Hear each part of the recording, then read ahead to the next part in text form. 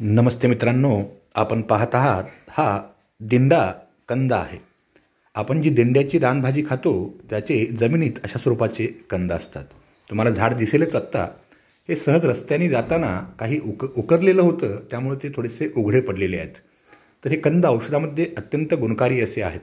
खास करून सर्व प्रकारच्या त्वचा रोगामध्ये, फंगल इन्फेक्शनमध्ये हे कंद उगाळून लावले जातात। अगदी जुनाट इसब असेल, गजकर्ण असेल, नायटा असेल, याच्यामध्ये या कंदाचा वापर केला जातो। हे कंद खायला पौष्टिक पण आहेत, पण उकडून खावे लागतात। काहीच लोक खातात, फार प्रचलित असे कंद नाही आहेत खाण्यामध्ये, तरी पण काही विशिष्ट लोक हे निश्चितपणे त्यांच्या आहारामध्ये घेतात। आपण बघू शकता, हे अगदी रस्त्याच्या कडेला अशा पद्धतीने हे दिंड्याचं झाड आहे आणि खाली त्याचे कंद आलेले आहेत। सहज बघायला मिळाले, त्यामुळं म्हटलं चला हरकत नाही। धन्यवाद मित्रांनो।